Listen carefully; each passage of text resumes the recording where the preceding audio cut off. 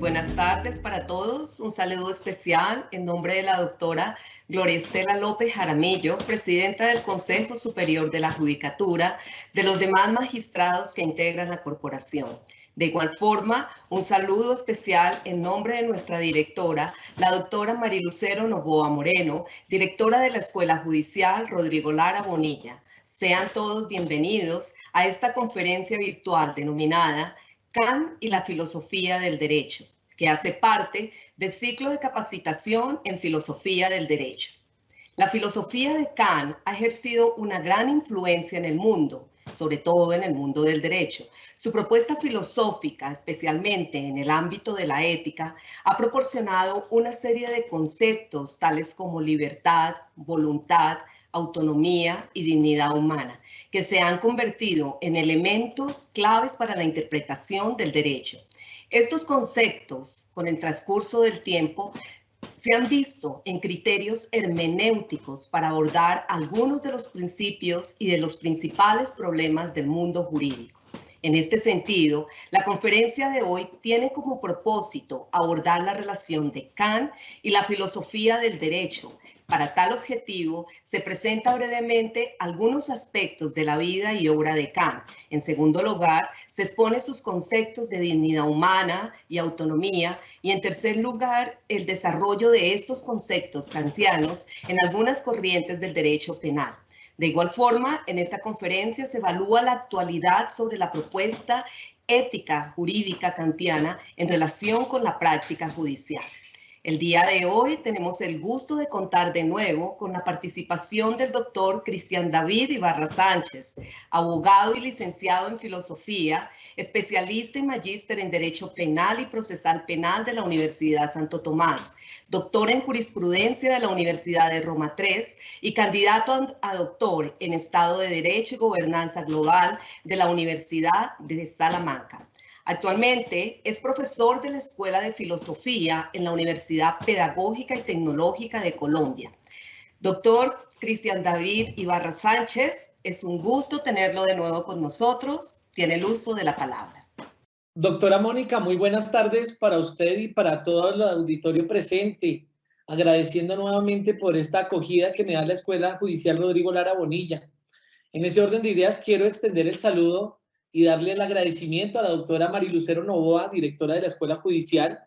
Un saludo extensivo a la doctora Gloria Estela López Jaramillo, presidenta del Consejo Superior de la Judicatura, y a todos y cada uno de los servidores y servidoras judiciales y demás personas que se han conectado para esta videoconferencia. En esta ocasión, pues yo que los acompaño, estoy muy contento porque voy a tocar un tema que a mi modo de ver me apasiona, que a mi modo de ver es de las filosofías más actuales, vigentes y perennes que existe, y es la filosofía del derecho encaminada al pensamiento de nuestro profesor Immanuel Kant. Por esto esta conferencia titula Kant y la filosofía del derecho. Aquí lo que se quiere vislumbrar, lo que se quiere dar a conocer es esas nociones de derecho y moral que tiene este autor y que se resumen en unos conceptos muy importantes como son la libertad, la buena voluntad, la dignidad humana, que la vamos a citar hoy, entre otras, ¿no? Porque acá se imponen una serie de deberes que suscitan al hombre en ese desarrollo del colectivo social y del orden social. Y a consideración de esto, pues yo tengo que decir, tengo que mencionar del profesor prusiano unas cosas que a mi modo de ver son el cimiento y la base sólida de lo que es el contexto ético y jurídico actualmente en nuestras ciencias y en nuestra dogmática. Por eso he tratado, o quiero, o pretendo, de que esta conferencia esté estudiada o analizada a la luz de tres módulos.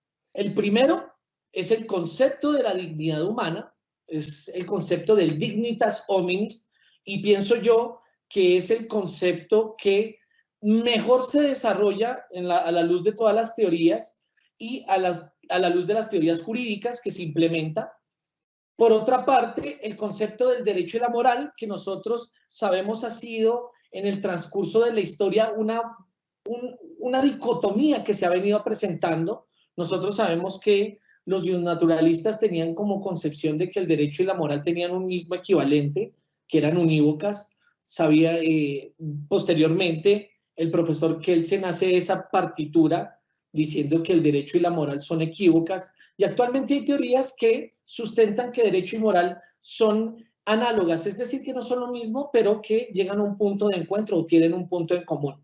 Ese será el segundo punto que vamos a estudiar, que es la autonomía y la heteronomía desde su visión ética. Y quiero decir que cuando nosotros referimos a la visión ética kantiana, estamos directamente inmersos en ese contexto de lo jurídico y de lo moral, de esa axiología o de ese plexo de valores que están presentes en una sociedad, pero que se llegan a tipificar a posteriori en una ley o por medio de su dogmática en un ordenamiento jurídico.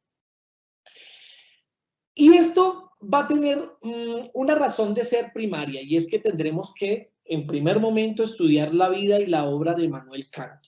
Por esta razón, cuando yo tomo la postura de Immanuel Kant, por lo menos procuraré distinguir y saber en primera medida de dónde se dan esos conceptos, de dónde se dan esos razonamientos y de dónde nace a la luz de él estas posturas que actualmente son vigentes en nuestras legislaciones, en nuestros ordenamientos, inclusive en nuestros contextos éticos.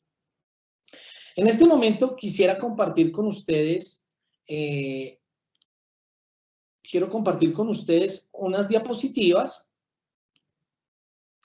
Por favor, me dicen si las logramos ver, aunque yo estoy seguro que las logramos ver, y las voy a poner grandes. Perfecto. Bien. Como lo dije, los 3 puntos primarios son la vida y la obra de Immanuel Kant, que nos vamos a conducir ahí a los conceptos de la dignidad humana. Vamos a conducirlos ahí inmediatamente a la analogía o equivocidad o univocidad que existe entre derecho y moral, que nos conlleva a este aparato jusfilosófico, que es la distinción entre autonomía y heteronomía. Y para ello tendremos que explicar la vida de Immanuel Kant, pero primero nos debemos realizar una pregunta problemática.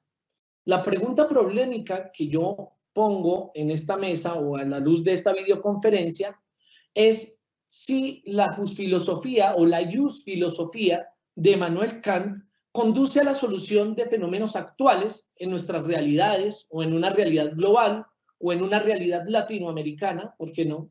O por el contrario, nosotros estaremos hablando de conceptos, de teorías que dieron aportes importantes en su época, pero que igualmente es necesario replantear nuevas posturas dentro de los marcos jurídicos. He entendido esto en que el derecho también es una evolución y que ha ido o que va cambiando constantemente. Siempre lo digo y me mantengo en la misma posición. En el siglo XIV el indígena no tenía alma.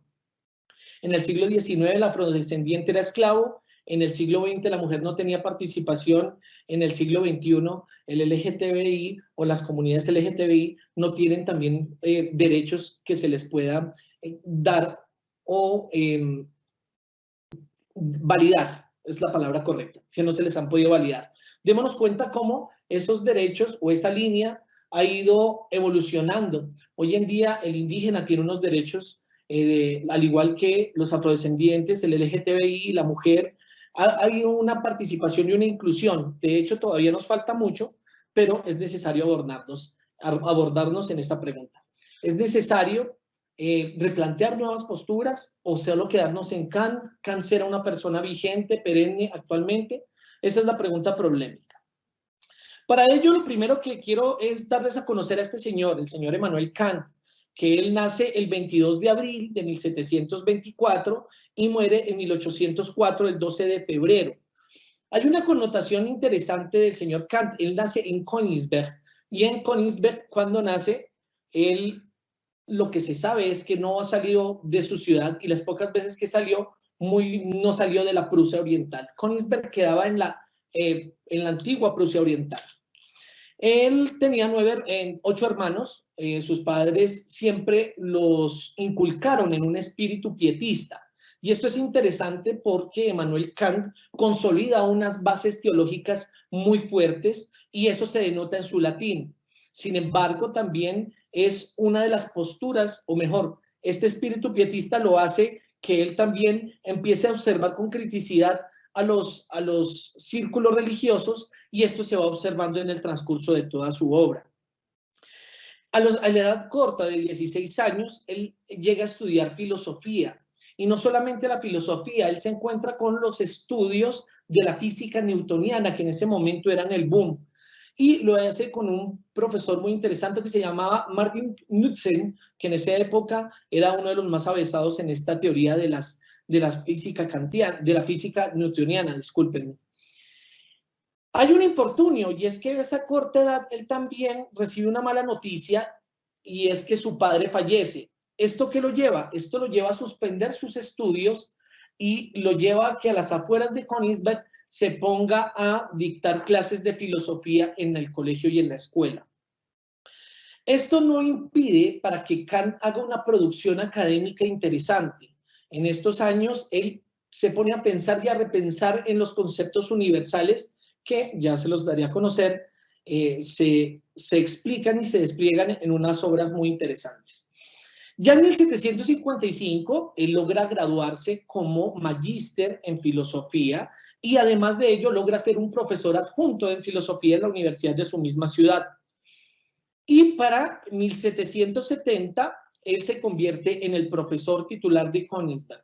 Decía o dice el profesor, y a mí me parece interesante citarlo, si pueden buscar ese libro, es excelente en filosofía, se llama Manual de Historia de la Filosofía, es de Johann Fichte, y es excelente porque él vislumbra en unas palabras diciendo que no había mejor profesor en ese momento, que el concepto más denso y más complejo lo lograba poner muy lúdico.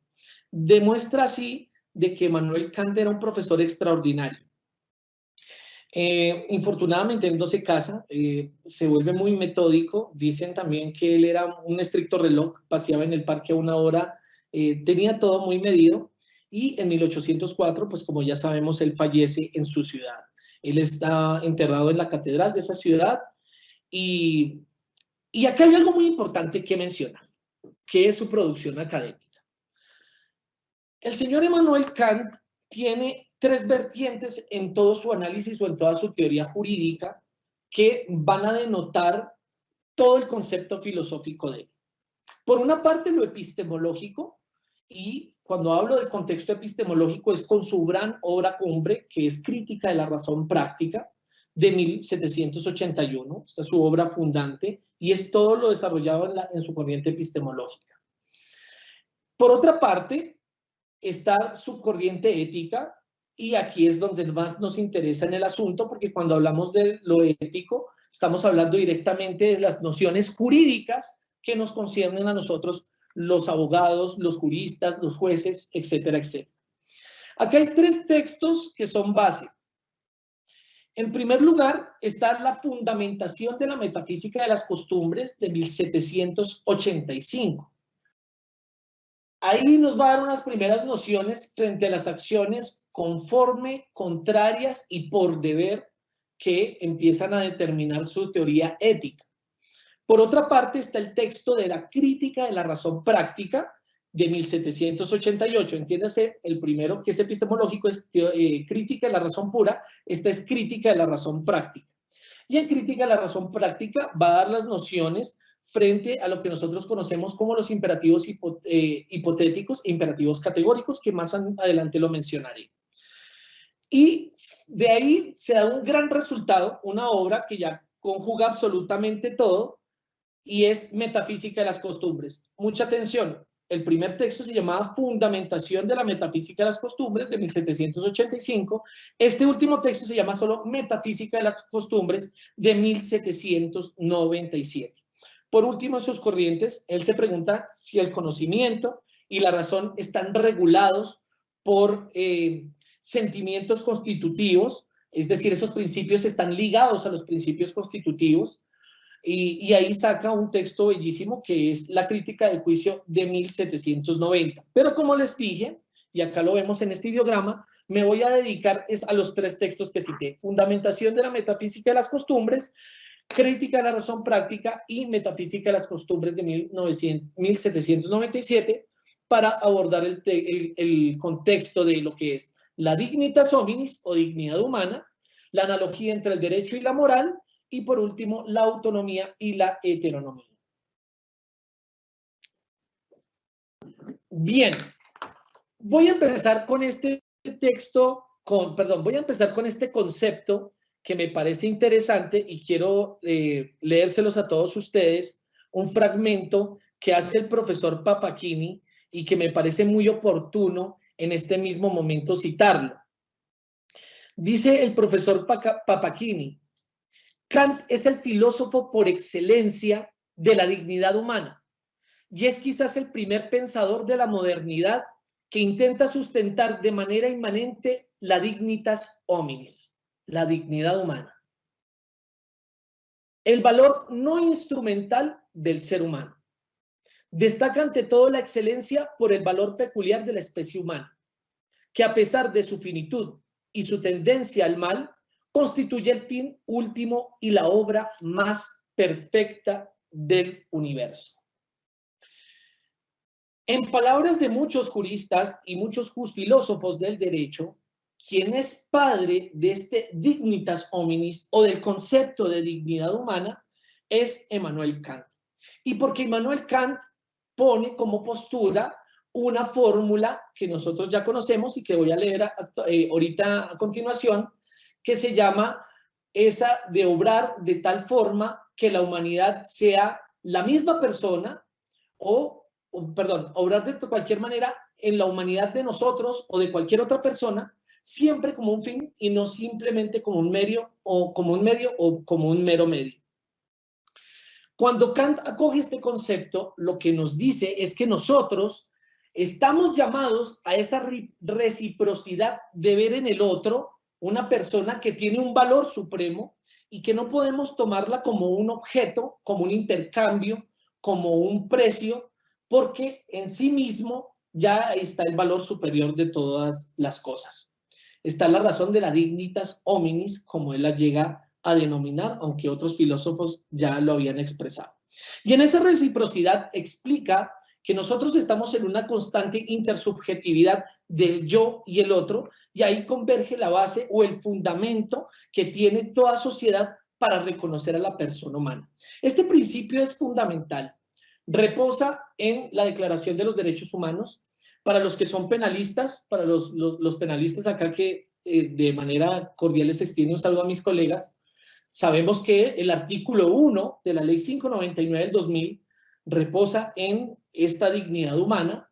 Sabemos que la Ley 906 de 2006 reposa, es decir, nuestro Código de Procedimiento Penal reposa en la dignidad humana. Los constitucionalistas miramos el preámbulo y el artículo 1 reposa la dignidad humana, y es porque nosotros nos acogemos a esa noción kantiana de decir que la dignidad humana es el valor supremo. Acá está algo bien marcado y quiero leerlo tal cual lo cita Kant en su texto Metafísica de las Costumbres, que por cierto recomiendo esta versión que es la del 2005 de Tecnos que hace la profesora de la Cortina y es una traducción bellísima. Dice: todo hombre tiene un legítimo derecho al respeto de sus semejantes y también está obligado él a sí mismo. Está obligado recíprocamente con respecto a él y a cada uno de ellos. La humanidad misma es una dignidad, porque el hombre no puede ser utilizado únicamente como un medio por ningún hombre, ni por otros, ni siquiera por sí mismo, sino siempre a la vez como un fin. Y en esto consiste precisamente su dignidad.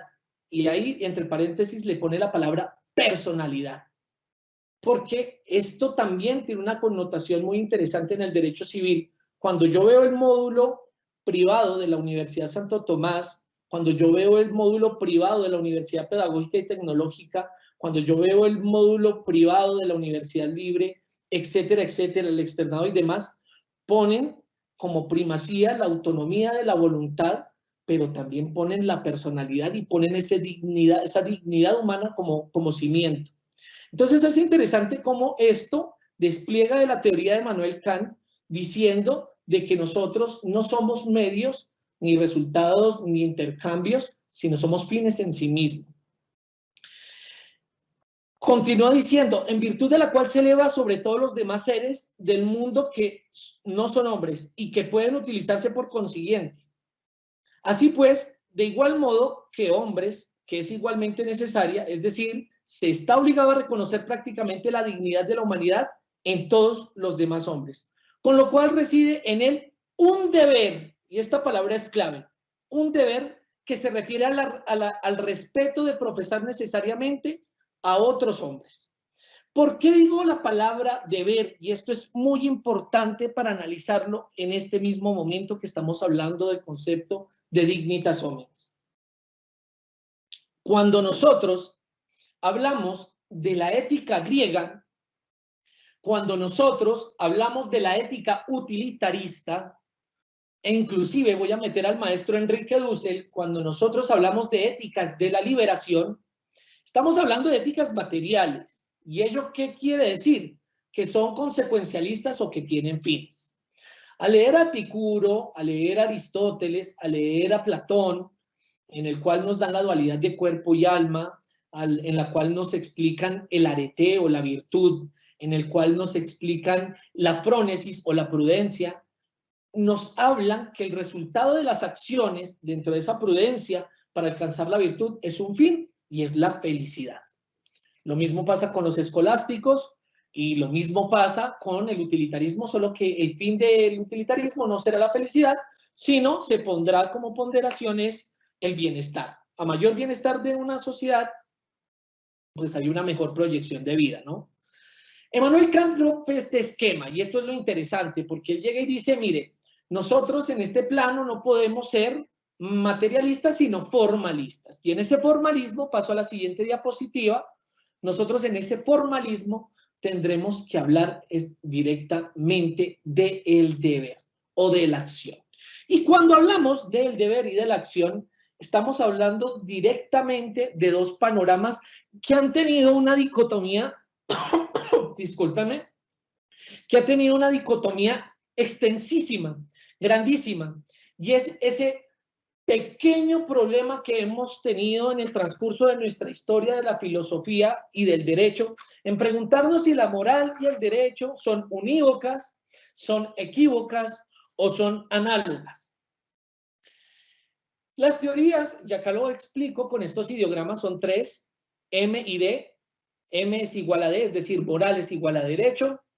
M y D, y acá una X, es decir, que son chocantes, moral es chocante con el derecho, y M y D son congruentes, moral y derecho son dos distintas, y nos podemos dar cuenta, moral es más pequeña que el derecho es más grande, ahí lo explico en ese ideograma, pero que son distintas, pero que tienen un punto en común.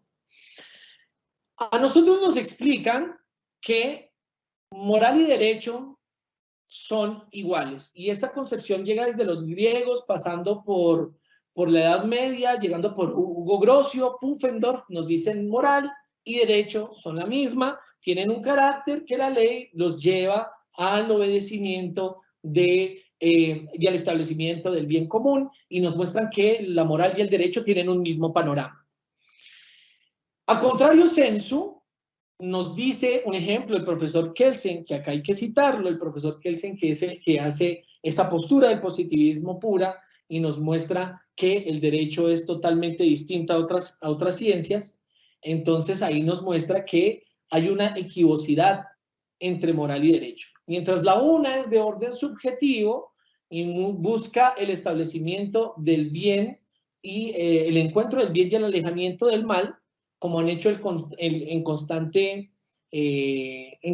dinámica las diferentes éticas que cité ahorita. El derecho es en modo distinto, es objetivo, nos dice el profesor Kelsen, y además nos dice que es totalmente puro y totalmente aislado de otras ciencias. En esta postura, que es muy formalista, llega el profesor Emmanuel Kant y comparte esta visión. De hecho, leyendo la filosofía del derecho del profesor Batifoll, nos denota que inicia ese positivismo, pero desde unas nociones muy, muy puras de Augusto Comte, pasando por el señor Hegel y por el señor Emmanuel Kant. Y Emmanuel Kant guarda esta postura diciendo de que son dos campos totalmente distintos. Sin embargo, hay algo interesante.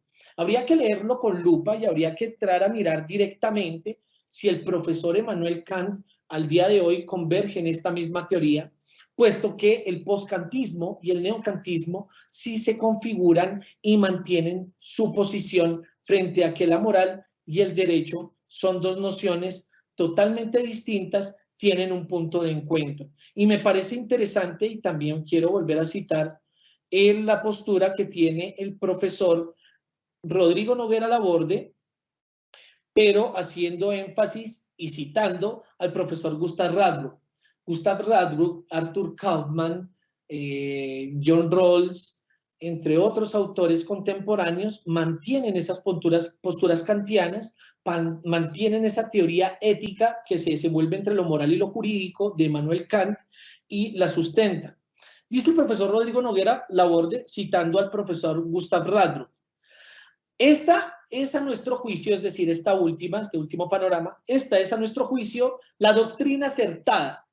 Derecho y moral se distinguen entre sí, es decir, el uno no se puede confundir con el otro porque son autónomos, pero no obstante mantienen estrechas relaciones.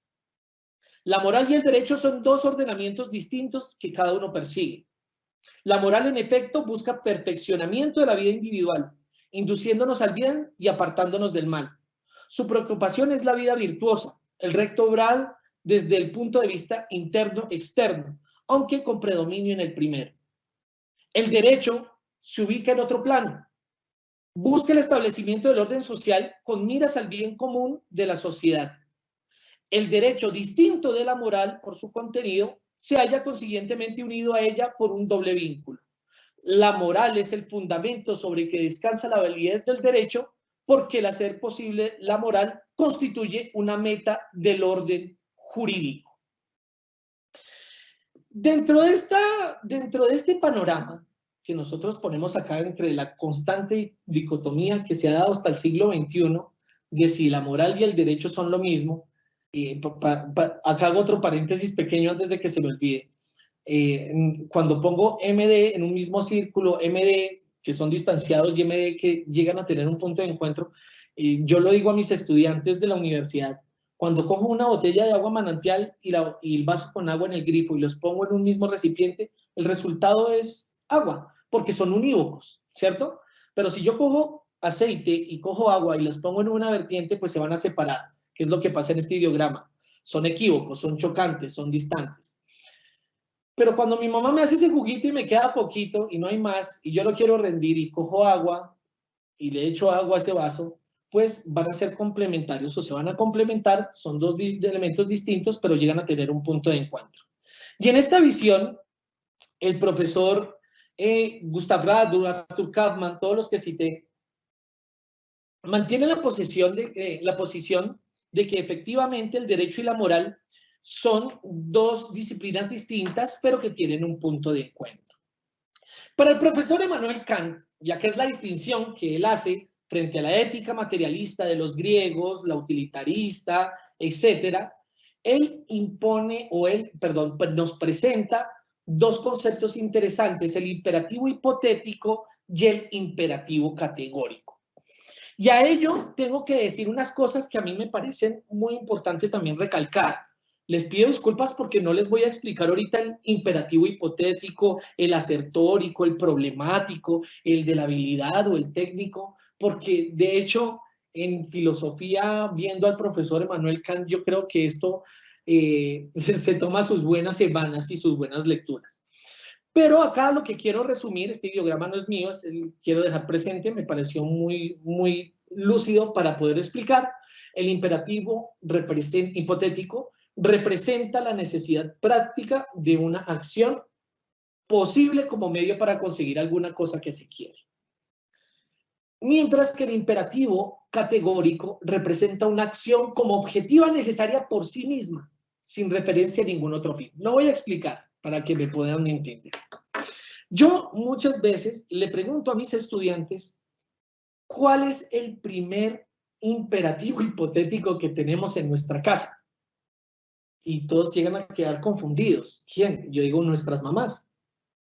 Ahí me parece que se despliega la mejor forma de hablar de un imperativo hipotético. a manera general, no, como dije, no voy a explicar cada uno de ellos porque tiene su especificidad, pero a manera general. ¿Por qué? Porque mi mamá a mí me decía, mi hijo, hágame un favor, láveme la loza. Mi hijo, hágame un favor, tiéndame la cama. Mi hijo, hágame un favor, cuelgue su ropa. Si yo no llegaba a hacer alguna de las cosas que mi mamá me decía, listo, mi hijo, no la haga, no se preocupe. Entonces yo ya entendía de que esa acción tenía un fin o una consecuencia. Es decir, yo hacía o practicaba una acción para conseguir alguna cosa que yo quería. Porque si yo no practicaba esa acción, mi mamá se ponía de mal genio conmigo y muy seguramente no me dejaba salir. O muy seguramente no me daba para las 11, etcétera. No sé, se me viene a la mente. Emmanuel Kant rompe ese esquema de las filosofías, de las éticas materialistas, y él llega y dice, hombre, es que es el problema de las éticas materialistas, dentro de la formalidad, o sea, dentro de su ética formal o deontológica, que ya explicaré, hay dos momentos que son la universalidad y la racionalidad. ¿Qué implica ello? Que Emmanuel Kant no está mirando dentro de la acción si esa misma acción tiene un resultado. Porque lo que nos dice a nosotros Aristóteles es que nosotros tenemos que practicar dentro de nuestras vidas, que son ese constante acto, potencia, potencia, acto, potencia, acto, acto, potencia. Dentro de ese constante trajín, nuestras acciones tienen que estar encaminadas a hacer el bien para cultivar la virtud, el arete, y llegar a la felicidad, la eudemonia. No, a nosotros lo que nos dice Emmanuel Kant es, no importa el resultado de la acción tiene que ser buena en sí misma. Si el resultado de esa acción es buena o mala, que me perjudica a mí o que no me perjudica a mí, etcétera, él dice, usted no puede evaluar el resultado. Lo que tiene que mirar es en sí misma la acción, que la acción sea buena en sí misma. Por eso uno de los móviles para poder usted connotar o para poderle a usted dar una dinamicidad a esa acción que va a ser objetiva y que nos va a demostrar que la acción es buena en sí misma, es la buena voluntad. Y en ello encontramos en fundamentación de la metafísica de las costumbres y en crítica de la razón práctica un tipo de acciones. ¿Qué acciones? El señor Emmanuel Kant las describe como unas acciones contrarias al deber, donde él dice que hay un valor negativo, que hay una irracionalidad completa, que se pierde el horizonte de ese dignitas hominis, que hay unas acciones conformes al deber o de acuerdo al deber, que son estas segundas, donde decimos que hay una acción con un valor moral neutro, porque aquí reposan los imperativos hipotéticos. Es decir, yo realizo mis acciones por una inclinación, ya sea mediata o ya sea inmediata, ya lo explicaré. Y por último, están las acciones que no miran el resultado de la acción, sino que miran en sí misma la acción, que es buena porque se hacen por el deber y poseen un valor moral positivo. Aquí en esta videoconferencia me acompaña una gran amiga. Bueno, yo tengo que decir que la doctora Mónica es una excelente amiga. Llevamos unos pocos días conociéndonos y meses, diría yo, en estas conferencias, pero hemos caído como anillo al dedo. También extiendo un saludo a Paul, que también lo acabo de conocer. Excelente. Pero hay una gran amiga que es Karen Ortega, que le mando un saludo. Karen conmigo fue monitora de consultorio jurídico y voy a ponerle a ella en este ejemplo que me parece muy oportuno, ya por la amistad y hermandad que nos une. Supongamos que Karen se está ahogando en una arena movediza, ¿sí? Y Karen se está ahogando en una arena movediza y ella me dice, Cristian, por favor, sálvame, ayúdame.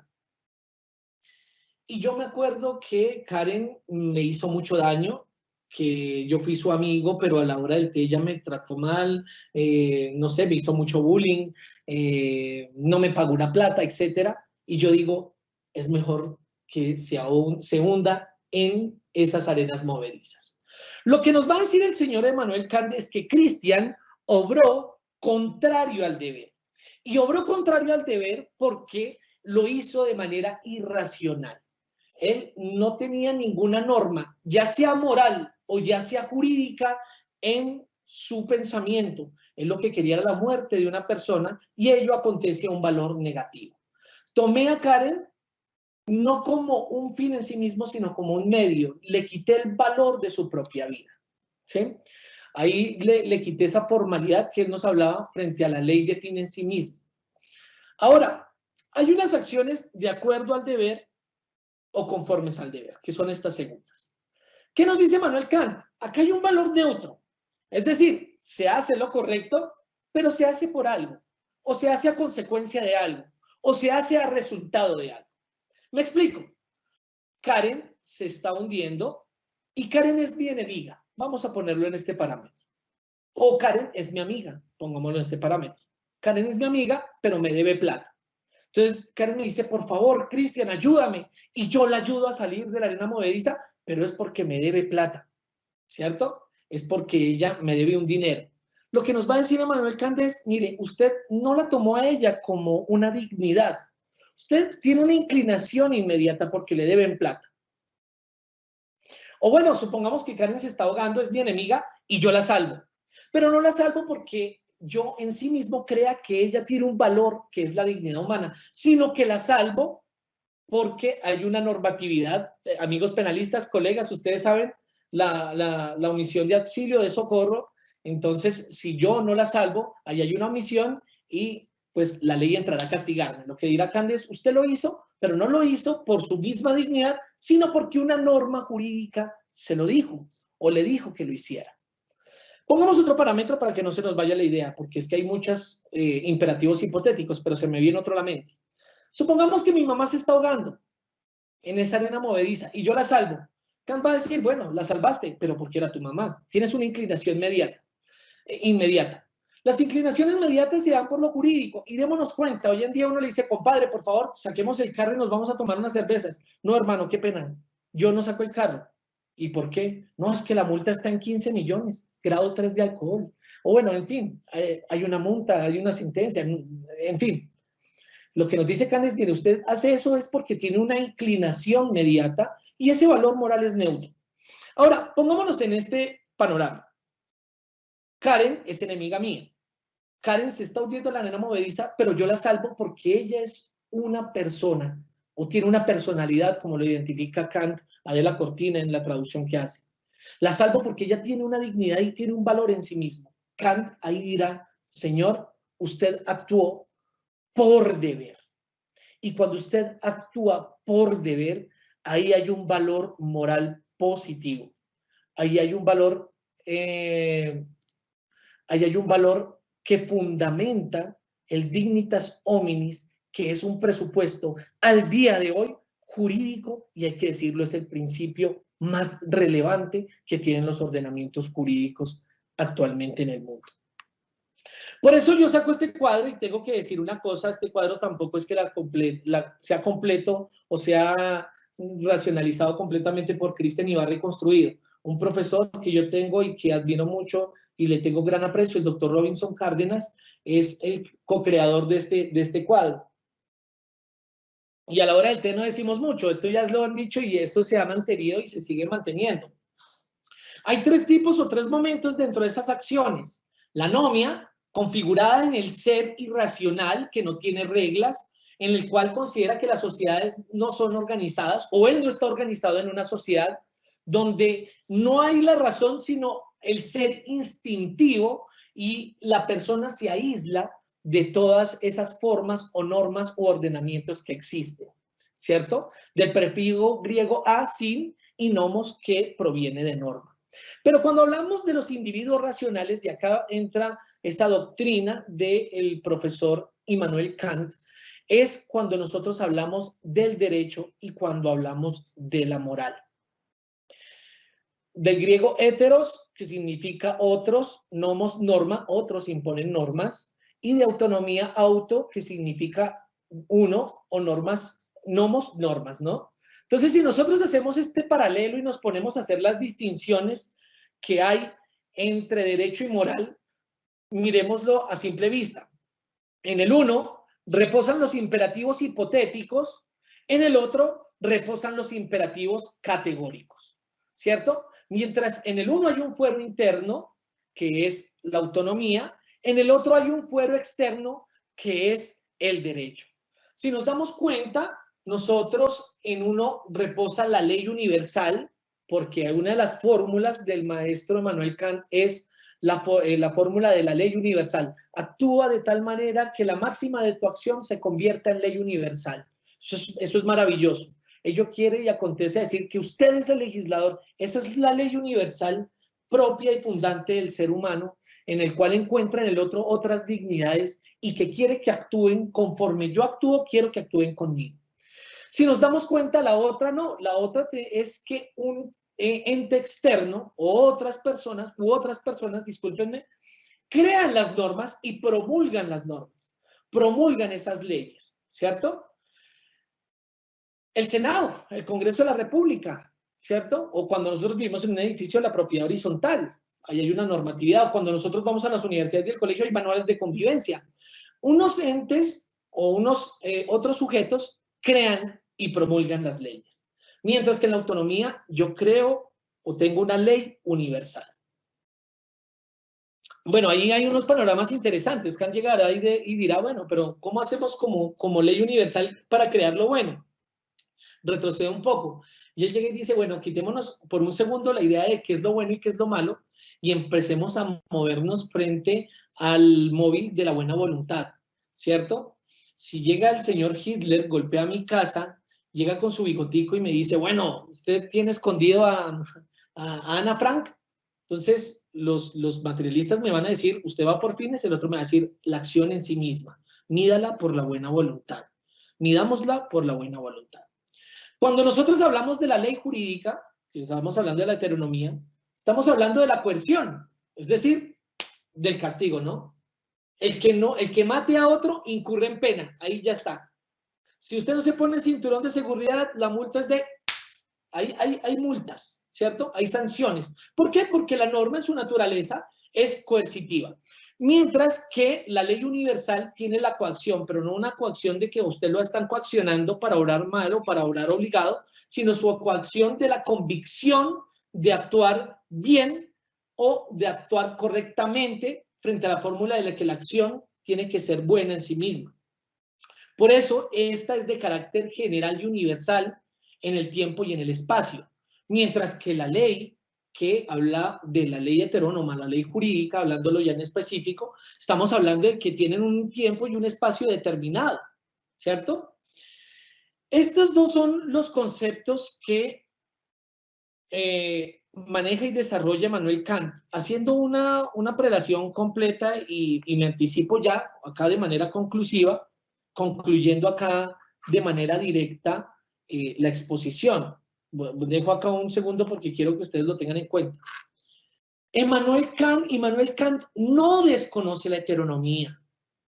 De hecho, él como un buen personaje de la Ilustración dice, ¿qué sería si la norma jurídica no existiese? ¿Cierto? Lo que pasa es que él pone en un escalón superior a la autonomía o la ley universal, en este caso vamos a hablarlo más directamente, porque él dice, el que sabe manejar sus acciones frente a esa ley universal que nosotros nos imponemos, sabe también obedecer y respetar la ley jurídica. Recordemos en este parámetro que no todo lo que es legítimo está legalizado y no todo lo que es legal es legitimado, ¿no? Y eso es un concepto que nos da el profesor Elías Díaz, Norberto Bobbio, pero que se viene como anillo al dedo. Y acá termino con esta situación. Siempre pongo yo de ejemplo esta situación. En una ocasión, yo le digo a mi hermano, Javilo, por favor, llévame al centro. Y él coge su vehículo y me lleva al centro. Y cuando nosotros llegamos al centro, llegamos a un semáforo. Este ejemplo, nuevamente, quiero decirlo, no es mío, es del profesor Robinson Cárdenas, pero me parece muy oportuno. El semáforo queda en rojo y le digo a mi hermano, Camilo, ¿por qué no pasas el semáforo en rojo? Y él me dice, no, ¿cómo se te ocurre? Puedo atropellar a alguien. En otro caso, le digo yo a mi mamá, mamá, por favor, llévame al centro. Y ella me dice, bueno, está bien, hijo, yo te llevo al centro, coge su carro y en el mismo semáforo queda en rojo. Y yo le digo, mamá, ¿por qué no pasas el semáforo en rojo? Y ella me dice, no, mi hijo, es que la multa está grandísima. Son 3 salarios mínimos. ¿Cuál de los dos actuó autónomamente y cuál de los dos actuó heterónomamente?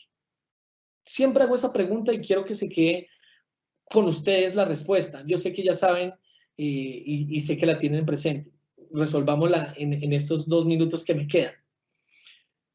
Mientras mi hermano no le interesaba la multa que le imponía el semáforo en rojo, sí le importaba poder llegar, pasar el semáforo y atropellar a alguien. Otros me dirán, bueno, también le preocupaba pasar su carro y que se lo estrelle. Sí, también hay un imperativo hipotético ahí, pero en el ejemplo que quiero ponerles es que mi hermano no pasa el semáforo en rojo porque, ante todo, le preocupa es la humanidad. Ve en el otro ese dignitas hominis. Mientras que mi mamá, la pongo de ejemplo, mi mamá le preocupaba era la multa. ¿Por qué? Porque nosotros estamos en esa constante acción, es de hacer lo que la ley nos dice. Nosotros tenemos que superar eso. Yo amo la justicia y amo el derecho, pero nosotros también tenemos que tener una situación ética en la que nosotros hagamos las cosas consecuentemente, es porque la acción es buena en sí misma.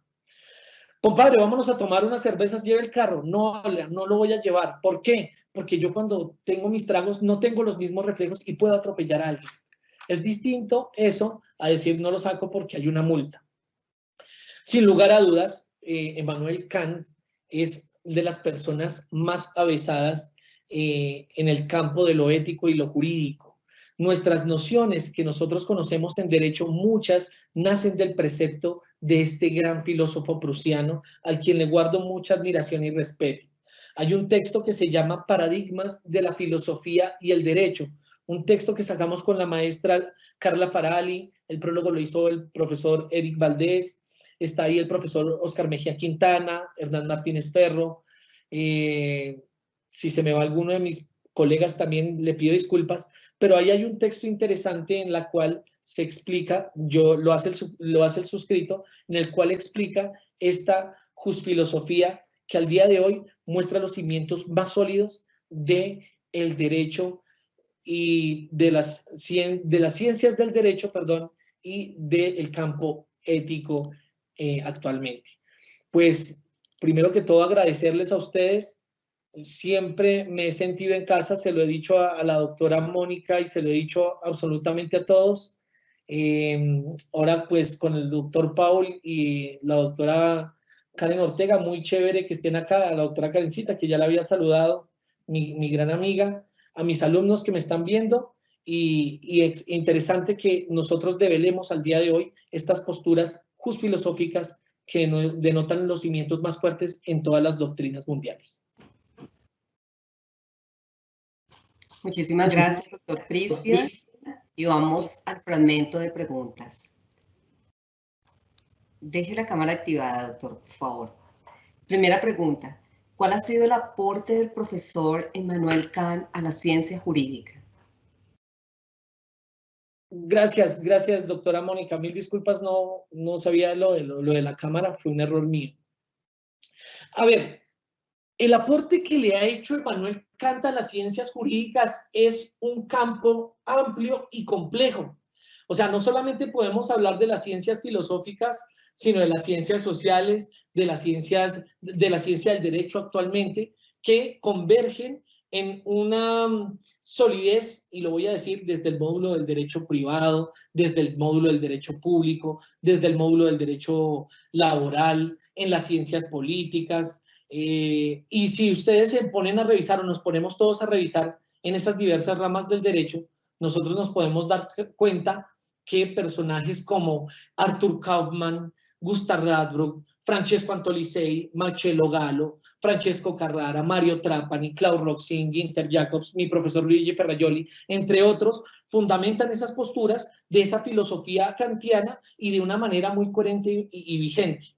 Entonces, yo ahorita para ponerme a hacer el recorrido de cuál es el aporte en cada uno de los campos me demoraría, porque en el civil está la autonomía de la voluntad, está la personalidad y la dignidad humana, en constitucional también. Pero me voy a referir a un campo del penal, que es donde yo me desenvuelvo y que adoro ese campo, y sé que hay colegas acá. Y me voy a referir directamente a la teoría de la pena o de la punibilidad. Cuando nosotros hablamos de la teoría de la pena o la punibilidad, nos estamos hablando de dos nociones importantes que son las funcionalidades y las finalidades. Yo lo había mencionado ya en una conferencia de Luigi Ferrajoli cuando toqué este concepto de la punibilidad de la teoría de la pena. Y cuando hablamos de la funcionalidad y de la finalidad, estamos hablando de los caracteres ontológicos y deontológicos que tiene la misma pena. Entonces, cuando nosotros hablamos de una teoría de la pena retributiva, de la prevención general, de la prevención especial, indudablemente tenemos que leer a Kant en la retribución de la pena. Porque cuando nosotros hablamos de la pena, que es retributiva, estamos hablando que esa retribución es justa, y ese concepto lo da el profesor Immanuel Kant en la metafísica de las costumbres. Y él dice que la pena significa un mal a imponerse para aquel que rompió o dañó el contrato social. Claro, entonces, si nosotros nos ponemos a mirar a los neocantistas, Günther Jacobs, Günther Jacobs ya empieza con otra visión totalmente distinta que yo no comparto, pero que bueno, es interesante también estudiarla. Günther Jacobs ya llega y dice, ese que rompió el pacto social, es un enemigo. Entonces esa retribución justa que dice Kant, porque él después toma otras nociones de la paz perpetua también de Immanuel Kant, él dice, en esa retribución justa, nosotros tenemos que darle un equilibrio y darle un mal a imponerse, pero fuerte, porque es nuestro enemigo. Y así sucesivamente pasa con otros. Cuando nosotros leemos a John Rawls hace un aporte interesantísimo a la ciencia del derecho, y eso que lo toma desde el aspecto de lo político y desde lo social, que es en su obra cumbre, Teoría de la Justicia. Pero si ustedes se dan cuenta, o si nos ponemos a revisar, esa teoría de la justicia está enmarcada por ese pensamiento kantiano y empieza a develar o empieza a darle en los puntos álgidos a ese utilitarismo que él tanto critica. Entonces, lo mismo, si cogemos la ética discursiva de Jürgen Habermas y de Otto Appen, etcétera, etcétera, damos unos aportes y vemos unos aportes desde la ciencia del derecho excelentes. La dignidad humana, desde la teoría de la pena, desde el campo social, desde el campo, civil, etcétera, etcétera. Entonces, los aportes que ha hecho el profesor Immanuel Kant son muchísimos. ¿Qué es una filosofía al día de hoy? Vigente y perenne. Ese hombre no va a pasar de moda. Todo lo que nosotros estamos hablando es puro pensamiento kantiano a nivel jurídico. Siempre que hablamos en la ciencia del derecho, estamos tocando Immanuel Kant. Siguiente pregunta, doctor Cristian. ¿Por qué es importante para la práctica judicial volver a los postulados de la filosofía del derecho de Kant? Bueno, esta pregunta está muy conectada con la anterior, doctora Mónica. Y precisamente nosotros, para recoger esos postulados kantianos, debemos llegar desde la minucia de lo nuestro. Me quiero explicar mejor. Había un profesor en la universidad donde yo estudié que decía que lo importante era hacerle la minuta a Maruja. Y yo estoy de acuerdo con ese profesor. Es muy importante hacerle la minuta a Maruja y saber cuáles son las nociones legales que tenemos nosotros en nuestro ámbito jurídico. Pero igualmente importante es darle esa lucidez epistemológica y ontológica que tiene nuestra rama del derecho. Y para nosotros poder comprender esa minuta que se le hace a Maruja, para nosotros poder comprender esos contextos que tiene el trabajador desde un derecho laboral, ahorita que se me viene a la mente, ¿sí? De su dignificación, es necesario leer a Immanuel Kant y es necesario tomar esas posturas kantianas. Desde la teoría de la pena, que lo estaba explicando ahorita. Si usted quiere hacer yo ahorita les confieso que yo pues me doctoré en la universidad, del Studi Roma 3, aquí, y extiendo un saludo de agradecimiento a mis profesores Mario Trapani y Luigi Ferraioli. Definitivamente estoy muy contento. Y esa tesis se consolidó en la punibilidad, sin lugar a dudas, a las posturas kantianas. Yo cogí el reflejo y cuando cogía la postura del populismo punitivo que padecemos en este país, porque no, este país es populista, la solución que yo miraba era una vía kantiana. Kant sigue siendo vigente, sigue siendo perenne y toca tomarlo desde ese punto de partida en todas las especialidades, sea el civil, sea el laboral, sea el administrativo, sea el constitucional, sea el penal. Es una filosofía vigente que va a darle solución a los problemas contemporáneos, como lo han hecho todos los filósofos que cité anteriormente. Última pregunta, doctor Cristian. ¿Cómo concibe los conceptos de legitimación y legalidad la filosofía del derecho de Kant? Esa pregunta está interesante y esa pregunta es muy curiosa. Cuando yo leo el texto del profesor Elías Díaz, porque ahorita yo lo cité, y a Norberto Bobbio, frente a la legitimidad y la legalidad, entramos directamente en esa dicotomía de si la moral y el derecho son dos nociones totalmente distintas. o si son lo mismo, o si son distintas, pero tienen un punto de encuentro. Entonces, por eso yo me acordé que ahorita que lo cité y muchísimas gracias por la pregunta. Yo terminé diciendo, no todo lo que es legal es legítimo, como no todo lo que es legítimo es legalizado. ¿Sí? Y ahí en ese paralelo, Kant llega y nos dice, usted tiene una ley universal que tiene el propósito de establecer recíprocamente una dignificación en el otro, ¿cierto? Muchas veces el derecho o sus normas no son justas, o inclusive no son válidas, o inclusive son ineficaces, llegando al panorama de que hace Norberto Bobbio y Elías Díaz. Esa es la legalización, esa es la legalidad como tal. La norma es justa, es eficaz, perdón, justificable, diría Elías Díaz, justa lo dice Norberto Bobbio, eficaz o válida. Emmanuel Kant comparte esa visión, esa es la norma jurídica y hay un precepto legítimo que es esa que nos propone nuestra ley universal.